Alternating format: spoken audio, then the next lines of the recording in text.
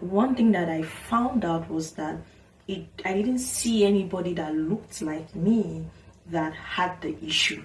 It almost felt like I was the first black person or the first Nigerian that was experiencing it. Initially, I thought it was a joke. It was all vibes and cruise. It was looking like joke. And when I saw that email, I was like, you're Nigerian, let me speak pidgin. I was like, shouldn't I they pay me? Like, what's going on? So hey guys, welcome back to the channel. It's Chilo here once again as always. And yeah, so my Ielts result was seized for months. And when it was seized, I remember going on YouTube to search for resources, or just to see if there is any other person, or if there are any other people that have experienced the same thing with me, with having their results seized.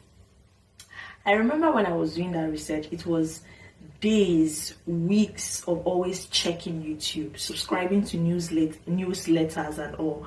And one thing that I found out was that I didn't see anybody that looked like me that had the issue. So it looked.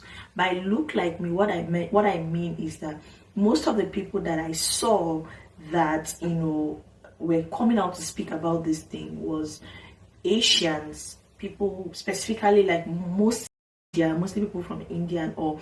Well, there was this particular video I was watching, and I took my time to go through the comment section to see what people were commenting.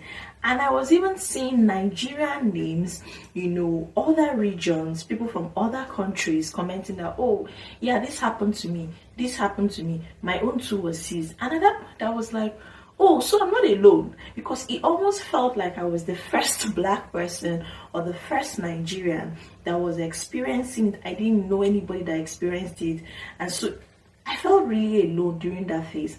And that was the reason why I made up my mind that I was going to make a whole dedicated video talking about seizing your result, what I did, what you can do. It might help, it might not help you, or just you knowing that someone like you, me, also went through the same thing that you are going through, or just so you're informed in case you're planning to write this exam. So I'm going to start from the beginning. Myself and my husband, applied for the Canadian Express Entry permanent residency thingy, the whole federal skilled worker stuff. If you're familiar with that, program, it's a point system, and one of the things that they use to calculate your point is your English proficiency, even sometimes your French proficiency. Now, for English proficiency, one of the exams that you're required to write is the Ielts exams. And so myself and my husband were targeting to be in the pool at a certain time, and according to our estimation, if we wanted to meet that deadline we had kept for ourselves, we needed to write the exam at least in January. That was the date we saw. So this was in November of 2022. We decided that we were going to write the exams in January of 2023, and so we booked for the exams, paid for the exams, secured the seat, payments accepted, everything went through. And so from November of that 2022 to January, I remember it was the first week of January.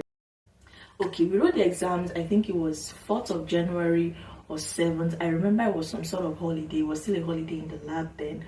And the exams, if you know Ielts, you know that Ielts gives you, or they tell you that in the next 13 days, you should expect your results.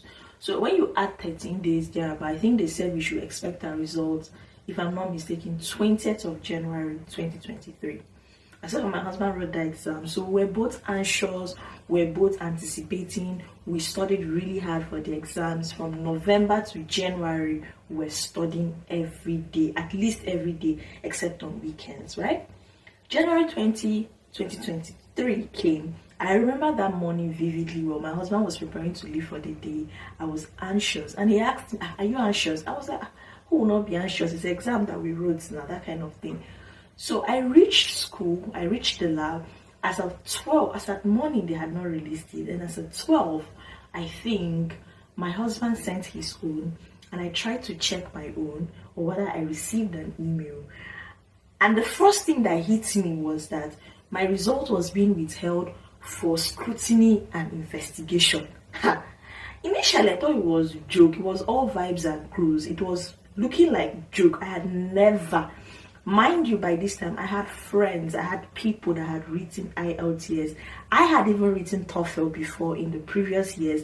So this was my first time ever. And when I saw that email, I was like, you're Nigeria, let me speak pidgin small. I was like, shouldn't I they pay me? Like, what's going on? I remember excusing myself from my table in the lab, a private room, to like go to the website, everything, try log in, put my details. And lo and behold, I put in my details, and the same thing that they sent as email was what popped up, which was my result was being withheld. So guys, now I'm just going to go right into the things I did right from when my result was withheld, which is 20th of January, up until months later when my result was released. Because in this phase, I knew what waiting phase was. Waiting phase, no matter how short or long you think someone's waiting phase is, it is cray, like it is overwhelming, it's annoying, you get anxious over everything. Now, the first thing I did was, of course, immediately I saw that notification that popped up that my result was ceased. The first people I reached out to was the test center.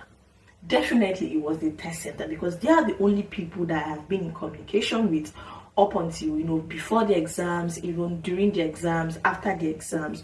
So I called them and I was like, hello, my name is this is my number, my test number, blah, blah, blah. I came to Tokyo, I wrote these exams in your office, I'm checking now, and they said no, I'm not seeing my result. And they were like, oh, so I think they didn't understand what I was saying. They were like, oh, let them check on their end. And they were like, oh, your result was seized, or your result is withheld. And I'm just like, what is the meaning of result being withheld? And why did you withhold my result? At the time, I thought they were working together. So apparently, they are just a test center. They organize the result, they receive the result after it comes. They don't have anything to do with the marking and every other thing that goes on behind the scenes, the investigation and everything. And they were like, they have no idea about it. Thank God that they have no idea about it. Initially, I was like, what are you saying? What do you mean by don't have idea? A student wrote an exam in your center, paid to your center, and you're saying you don't have an idea. At this point, guys, the second thing I did was I went on the internet, I went on YouTube. By this time, I had forwarded the email to my husband. Everybody was just now like, what is going on? One thing I did was YouTube. I just went on YouTube, on Google, like I went on full-blown panic research mode. That's the second thing I did. Now, I'm saying all these things to just let you know the things I did, and hopefully you can pick one or two things.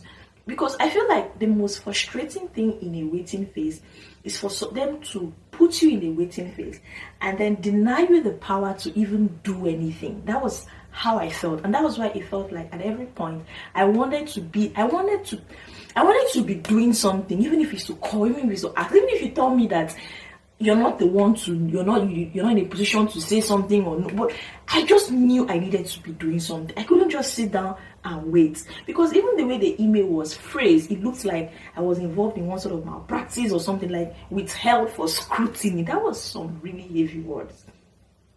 And the second thing I did was research. I went on YouTube, I researched, and from the summary of everything that we researched, both myself and my husband, was there are three major reasons results get seized.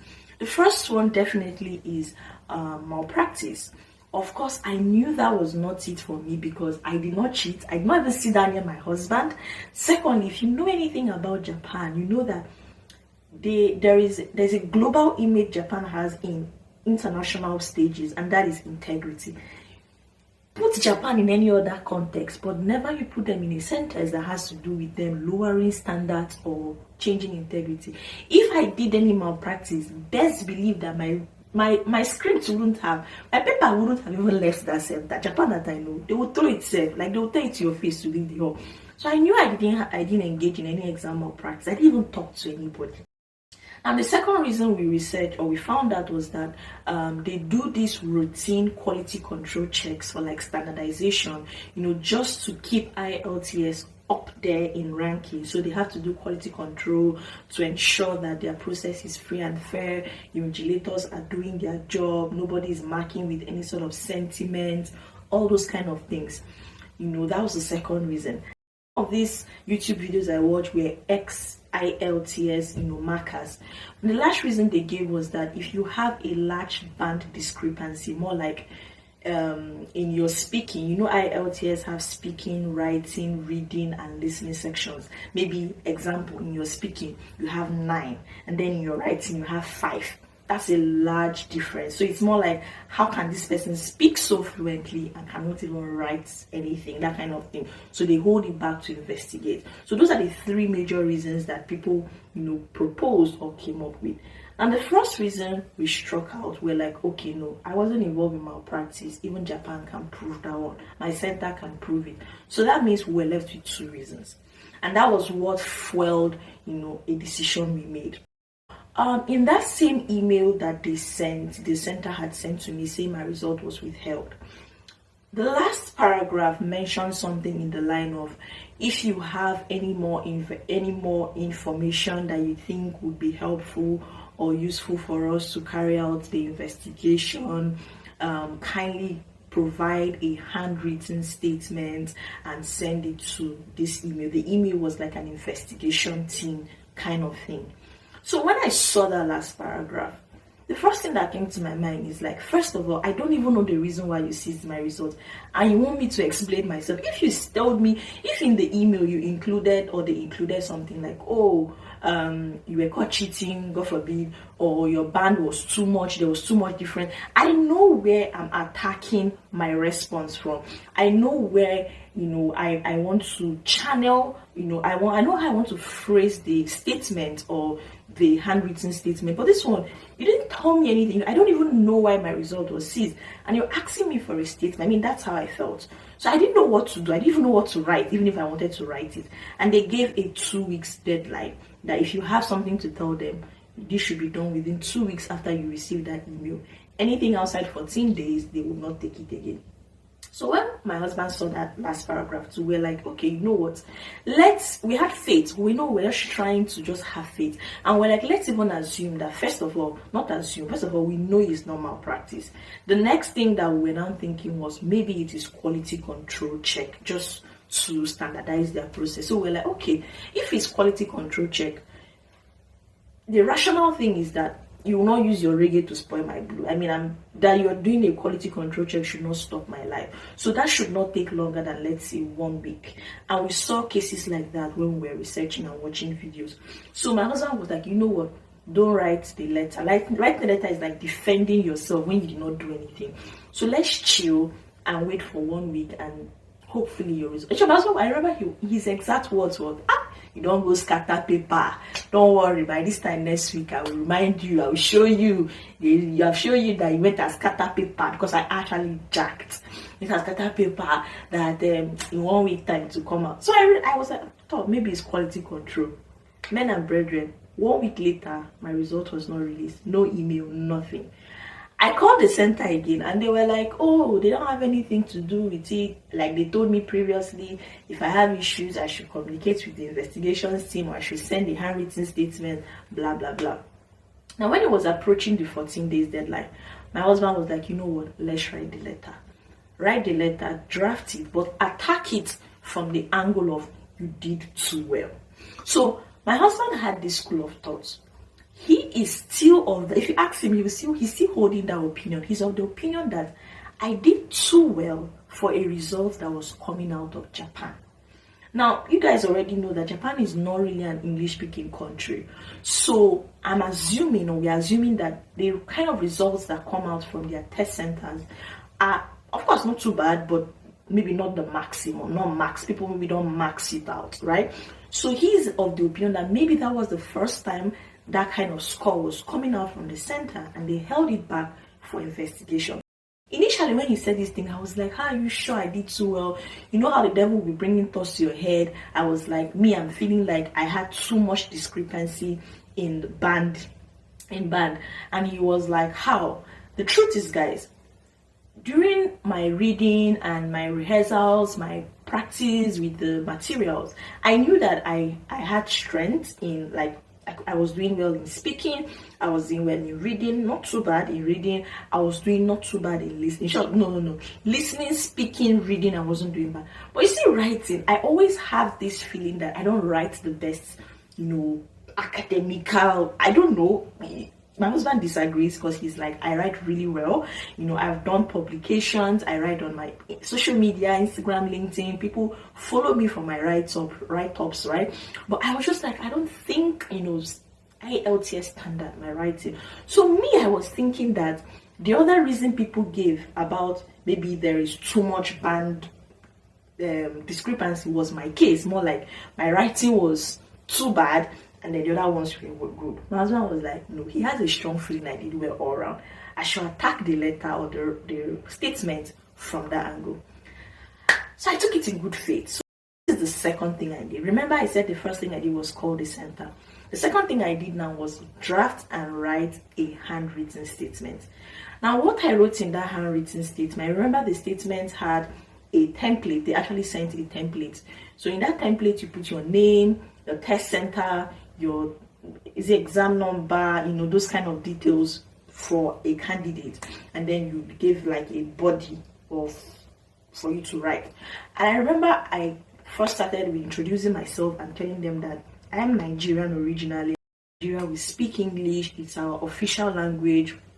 All through my education or academic years, I have been taught in English. I am even still being taught in English in Japan. Then another thing I said was, aside the fact that I'm very good with English because I lived and was given birth to in Nigeria, I still studied really hard with materials. And as a student, honestly, this is not even a lie, as a student of my university, I had access to the library, the university library. And in the university library, guys, there were IELTS materials that you could borrow and use for 1 month, and after 1 month you can even renew. So I remember I had that textbook and the CD and everything throughout the duration from that November thereabout till January. I wrote the exam. After the exam was when I returned those materials, right? So I said all these things. I told them that I studied 2 hours every day except on weekends, which was very true. I rehearsed. Aside studying with the material, I had soft copies of other materials. I watched videos of IELTS videos, so many things. So I was really prepared. I practiced all the sections back to back. The night of the exam when we lodged in Tokyo, my husband woke up to use the washroom and saw me still practicing right, and he was like, baby, you have jacked too much. Go and sleep. Like, I read so well. So these are the things that I wrote in the body of the letter. I even told them I'm a PhD student. I write publications. So my usage of English is not bad at all, even though my test center was in Japan, because that was what we thought was the problem. I wrote that letter. I remember I scanned it and I sent it to the email that they said I should send it to. And then they replied that they have received my statement. So I was within the 14 days, timeline, right? Now, after sending that email, I remember, guys, follow me. I wrote the exam first week of January. It was supposed to be released 20th January, and then it was withheld. I sent that email, I think, first week of February, thereabout. First week passed, second week passed, third week passed, no reply, as in, aside the reply that they had received it, nothing again, no update. I was thinking that they need to send that statement and it's convincing enough, they will release it. By third week of February, I got really like worked up, and then I sent another email. Now the email I sent this time around was not to investigations team again. It was to another email that was attached to their reply to me. Follow me. You remember I said that after I scanned that handwritten statement, they replied that they had received it. And there was an email attached to that reply that was not the investigations team thingy.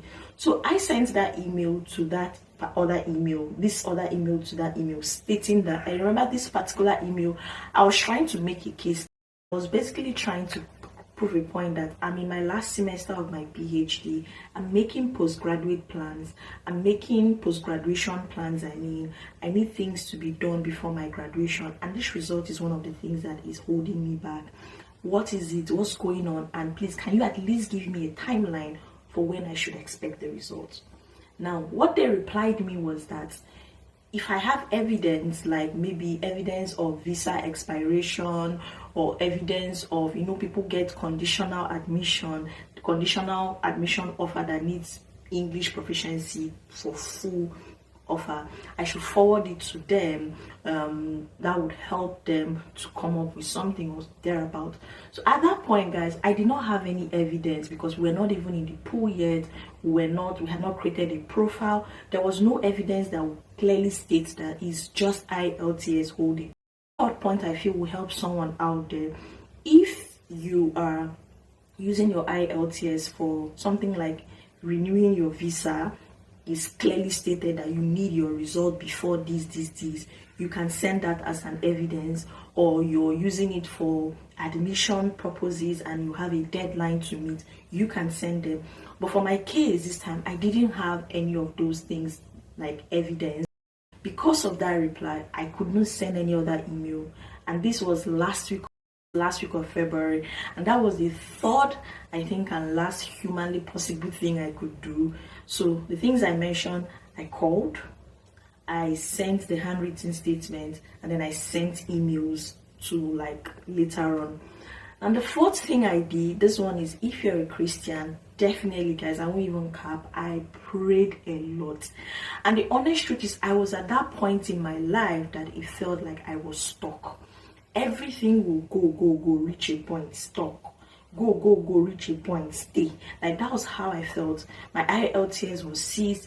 My publications, the thing I was trying to publish in my journal was stuck. My trip to US was stalling. Like, everything was stalling. And the annoying thing was, this one influences this one. There was a ripple effect for everything.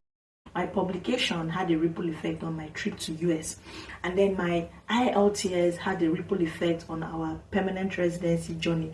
This thing, I just had to pray. At this point, I didn't know what to do, because it got to a point too that my husband was already suggesting, are you sure you will not write another one?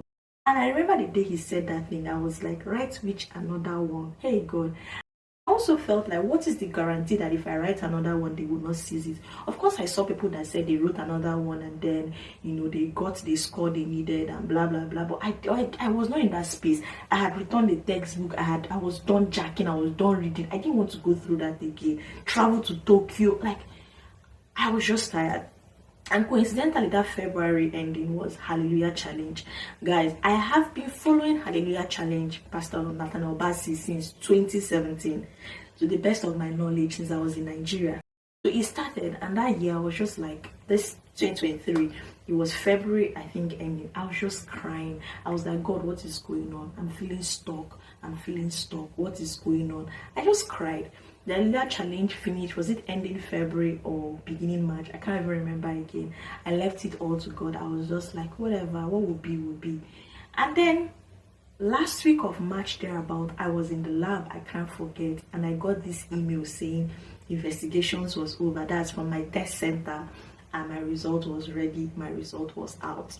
Guys, I was both excited and angry, because in my head I'm like, oh, you people are finally ready to release my own results. Like, my own result, you people are finally ready to release it.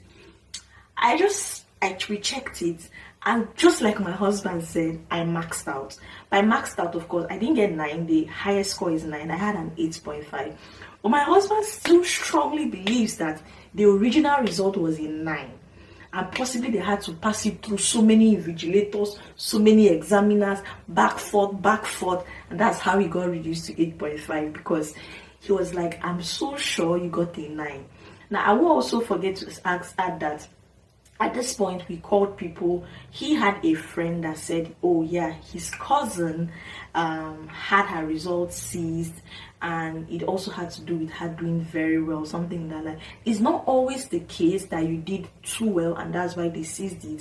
So I really do hope that this video helps someone out there. I don't even know how it's going to help. Is it in what I said, or is it in just you knowing that someone else went through it like you? Because there's not so much representation with this issue on the internet, and you're not alone. So maybe this video is just to give you virtual hugs and virtual I see you. Or basically, if you can pick anything from what I said, call the center, which 80%, 100% of the time, from everything I researched, they will always tell you they have no idea, it's not in their power. Or send an email if you have an evidence that you need your result. I think maybe they will attend to you with urgency.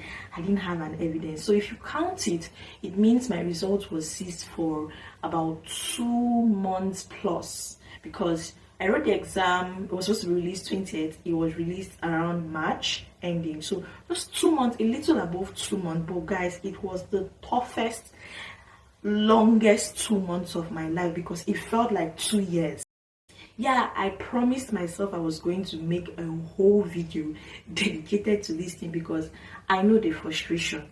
And even if you're watching me, you'll not hear it. This should not discourage you. Put in your best. This video should not discourage you if you're preparing for the exam. It's just to let you know that there's a possibility that results can get withheld. In short, when they send that email, initially I wanted to I can sue them if I hear. They now reminded you in that same email, they know that people can do that thing, that and there is a part where, you know how we used to just click I agree, you just something you agree.